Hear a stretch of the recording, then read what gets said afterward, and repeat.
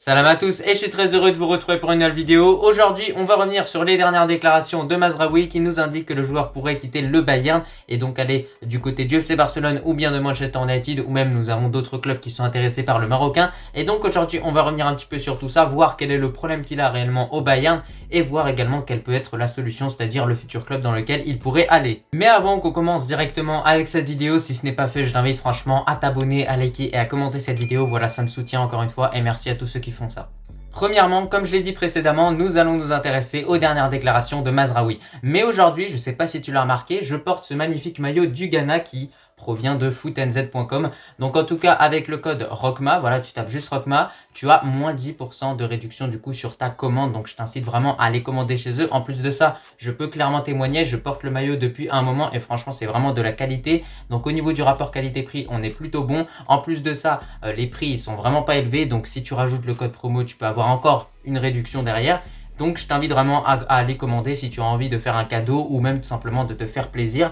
Et en tout cas, un grand merci à tous ceux qui passeront par mon code promo. Juste avant de parler des dernières déclarations de Mazraoui, il est quand même important de se remettre dans le contexte. Et du coup, depuis son retour de Coupe du Monde, ce n'est pas évident pour le Marocain parce qu'il n'a pas réellement une place de titulaire au Bayern, parce qu'il y a de la concurrence avec Benjamin Pavard, mais surtout, il a beaucoup été affecté par de nombreuses blessures qu'il a pu avoir d'ailleurs durant la compétition, parce que contre le Portugal, il n'a pas joué ce match-là. Ensuite, contre la France, il a joué seulement 45 minutes parce qu'on a vu que le gars n'était clairement pas au niveau et que sa prestation était catastrophique.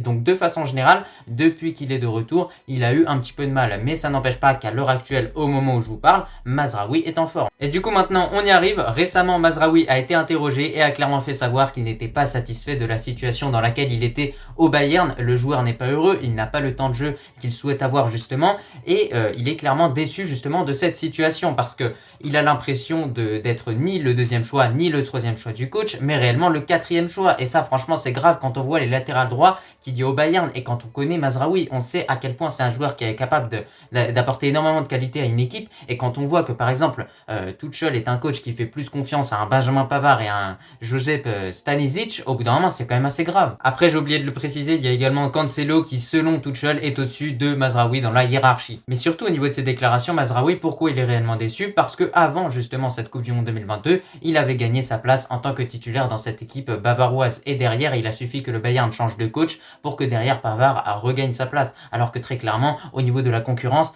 avec Nagelsmann, Mazraoui l'avait mangé au final sur la durée. Donc au bout d'un moment, il fallait peut-être laisser la place de titulaire à Mazraoui plutôt qu'à Benjamin Pavard qui s'était fait prendre en fait. Certains vous allez peut-être me dire ah oui mais Mazraoui n'est pas dans la forme de sa vie, c'est pour ça qu'il n'est pas titulaire. Eh ben non, justement, au contraire, le joueur est totalement remis de son inflammation du péricarde, il est totalement prêt et opérationnel justement pour débuter un match. Donc c'est pour ça qu'on a du mal à comprendre pourquoi ce joueur n'est pas titulaire, parce qu'il continue de s'entraîner et il continue en fait de travailler comme tous les joueurs. Mais au niveau de ses déclarations, il y a vraiment quelque chose qui me choque, c'est très clairement le simple fait que Tuchel mette des joueurs comme Stanisic et Benjamin Pavard devant Mazraoui. Alors Cancelo, oui, on comprend. Cancelo, c'est un joueur qui est expérimenté, qui fait des milliers de passes décisives, qui est vraiment très décisif pour une équipe et qui peut apporter énormément défensivement et offensivement. Mais alors là, mettre un joueur comme Benjamin Pavard ou Stanisic devant Mazraoui dans la hiérarchie au Bayern, c'est quand même très ridicule quand on voit les performances que Stanisic a pu sortir cette saison avec le Bayern. Même cas de figure pour Benjamin Pavard qui n'a pas su réussir un seul centre contre Manchester City récemment. Donc au bout d'un moment, il serait peut-être temps de se remettre en question pour Tuchel parce qu'au final, il y a un gars qui est sur le côté et qui meurt d'envie de jouer.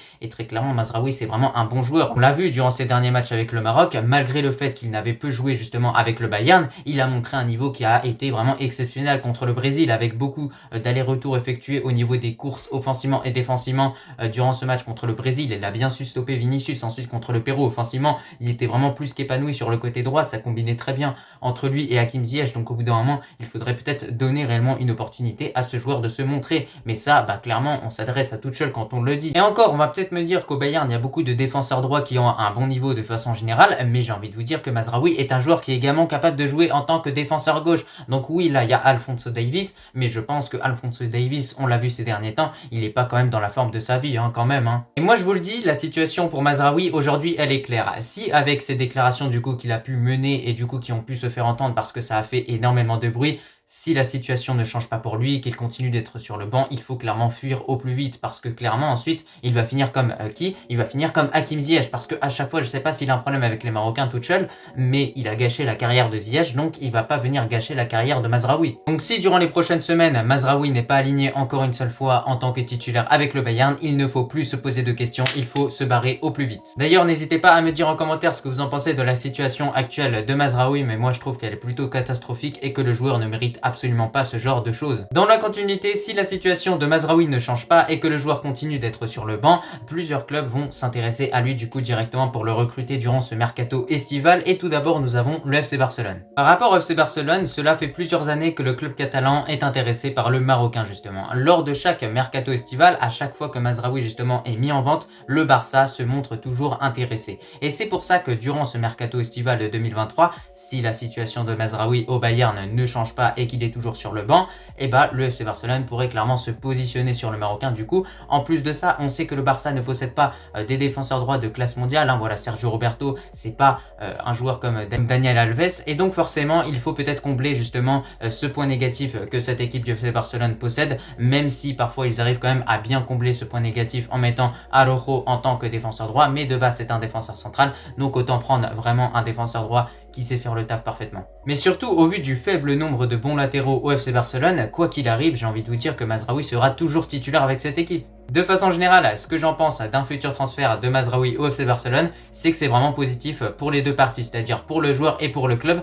Le club va combler du coup la faiblesse qu'il possède du coup sur le côté droit en ayant un bon défenseur droit, et de l'autre côté, Mazraoui va avoir plus de temps de jeu et en plus, il va pouvoir jouer au haut niveau parce que le FC Barcelone, c'est une équipe de haut niveau. Et malgré le fait que je suis madrilène, franchement, si Mazraoui arrive à sortir de bonnes performances avec le Barça, arrive à avoir une place de titulaire stable, je serais vraiment fier de lui. Ensuite, nous avons également un autre transfert qui pourrait totalement se faire, c'est Mazraoui du côté de Manchester United. Et c'est très probable parce que l'actuel entraîneur de cette équipe de Manchester United, c'est Erik ten Hag. Et quand vous réfléchissez, l'ancien coach de l'Ajax justement que Mazraoui avait, c'est Erik ten Hag encore une fois. Donc franchement, il pourrait totalement se retrouver justement dans ce club de Manchester United, et Erik ten Hag a déjà tenté de ramener à plusieurs reprises Mazraoui, et du coup il pourrait retenter sa chance du coup durant ce mercato estival, c'est totalement probable. Et en plus de ça, ce que je trouve intéressant avec un futur transfert de Mazraoui du côté de Manchester United, c'est que cette équipe de United pourrait avoir un côté droit 100% ancienne équipe de l'Ajax, c'est-à-dire Anthony plus Mazraoui, et franchement je pense que cette doublette elle fonctionne très bien. En plus de ça, ces deux joueurs s'entendent vraiment à merveille. Pour mon avis vis-à-vis de ce transfert qui pourrait s'effectuer, bah, je pense que ça peut être vraiment une bonne chose vis-à-vis de l'aspect relationnel. Après quand même, la PL c'est un championnat qui est beaucoup plus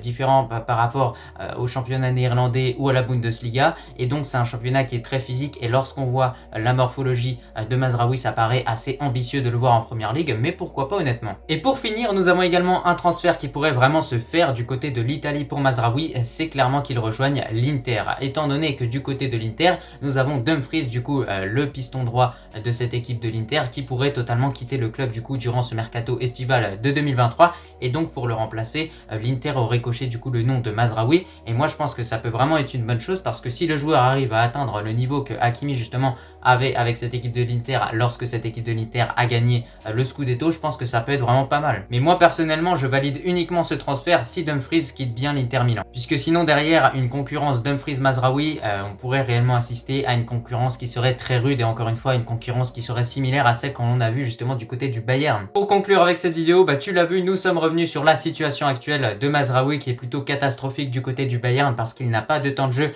et que le coach ne l'aime pas parce qu'il l'a mis en tant que 4e choix dans cette équipe du Bayern, derrière des joueurs qui ont un niveau inférieur à lui justement. Et du coup nous avons 3 clubs qui sont prétendants pour Mazraoui: le FC Barcelone, l'Inter Milan et Manchester United. Je te remercie si tu as regardé cette vidéo dans son entièreté, et moi je te dis à la prochaine. Nabil Tirard pour le centre. Ouverture du score.